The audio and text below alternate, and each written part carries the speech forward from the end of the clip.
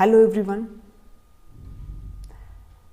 Last जो video था हमने उसमें लेबोरेटरी के अंदर पीएच कैसे मेजर करते हैं उसके बारे में देखा।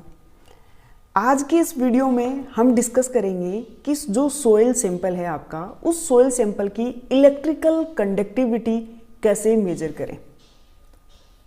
उस इलेक्ट्रिकल कंडक्टिविटी को क्या हम फील्ड में मेजर कर सकते हैं या फिर हम सिर्फ उसको लेबोरेटरी में ही मेजर कर सकते हैं। तो इलेक्ट्रिकल कंडक्टिविटी के बारे में, उसके मेजरमेंट के बारे में, उसके डिटर्मिनेशन के बारे में डिस्कस करने से पहले हम ये देख लें कि इलेक्ट्रिकल कंडक्टिविटी होती क्या है। What is the electrical conductivity? Electrical conductivity यानी EC is a measure of total salt concentration in A nutrient solution. Means how much percent of soluble salt present in your nutrient solution या soil solution. Electrical conductivity जो है उसको major करने के लिए एक particular temperature होना चाहिए, क्योंकि आपकी जो इलेक्ट्रिकल कंडक्टिविटी है वो टेम्परेचर के साथ में वेरी होती है, उसमें चेंजेस आते हैं। तो मोस्ट ऑफ द टाइम जब हम लेबोरेटरी के अंदर इलेक्ट्रिकल कंडक्टिविटी मेजर करते हैं तो हम 20 डिग्री टेम्परेचर या रूम टेम्परेचर 25 डिग्री सेंटीग्रेड पे इलेक्ट्रिकल कंडक्टिविटी को मेजर करते हैं। अगर हम बात करें कि इलेक्ट्रिकल कंडक्टिविटी को सिर्फ लेबोरेटरी में ही मेजर किया जा सकता है या फील्ड में, तो जो आपकी इलेक्ट्रिकल कंडक्टिविटी है उसको लेबोरेटरी एंड फील्ड दोनों कंडीशन में हम मेजर कर सकते हैं। लेबोरेटरी में मेजर करने के लिए EC meter, pocket EC meter से मेजर किया जा सकता है। फील्ड कंडीशन में अगर आपको इलेक्ट्रिकल कंडक्टिविटी को मेजर करना है, उसके लिए हैंडल स्पेक्ट्रोरेडियोमीटर आता है, उसके थ्रू जाके इलेक्ट्रिकल कंडक्टिविटी को मेजर किया जा सकता है। उसमें डायरेक्टली फील्ड में through the spectra electrical conductivity को मेजर कर सकते हैं।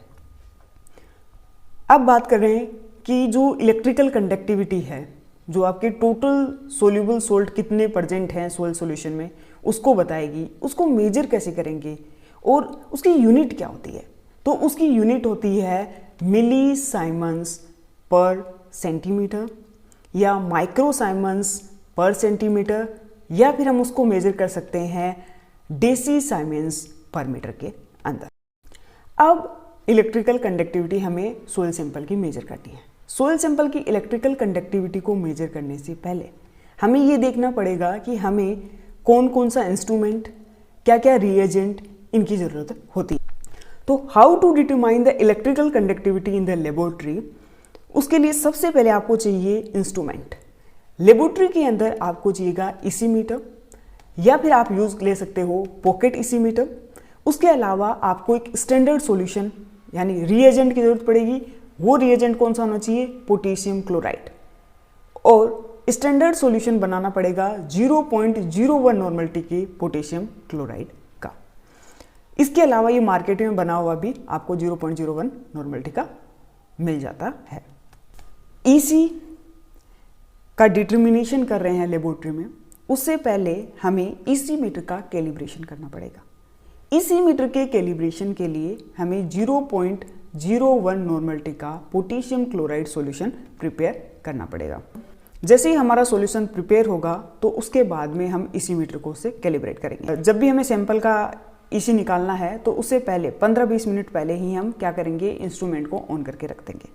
15-20 मिनट के बाद में ऑन करने के बाद में जब वो वार्म अप हो जाता है, उसके बाद में पोटेशियम क्लोराइड का 0.01 नॉर्मलिटी का सॉल्यूशन लेंगे और उस 0.01 नॉर्मलिटी के सॉल्यूशन से EC मीटर को कैलिब्रेट करेंगे।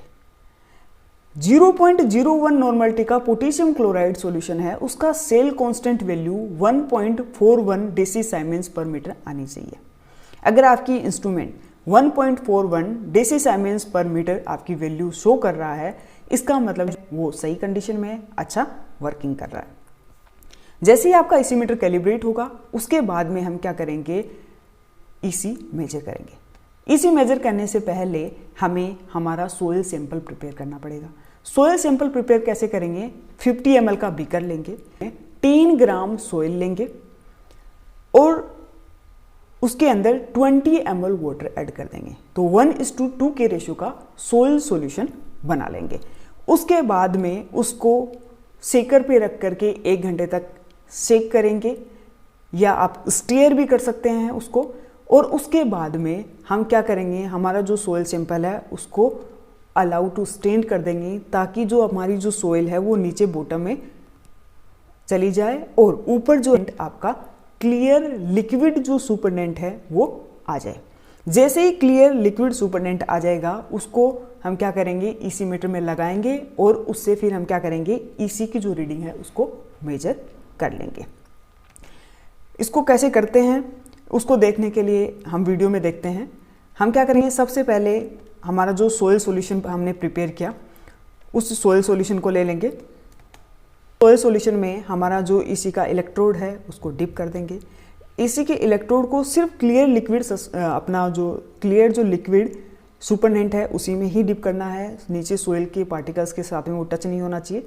उसके बाद में जैसे उसको उसमें डिप करेंगे तो हमारे पास ईसी की रीडिंग आ जाएगी और उसको हम क्या करेंगे, मेजर कर लेंगे।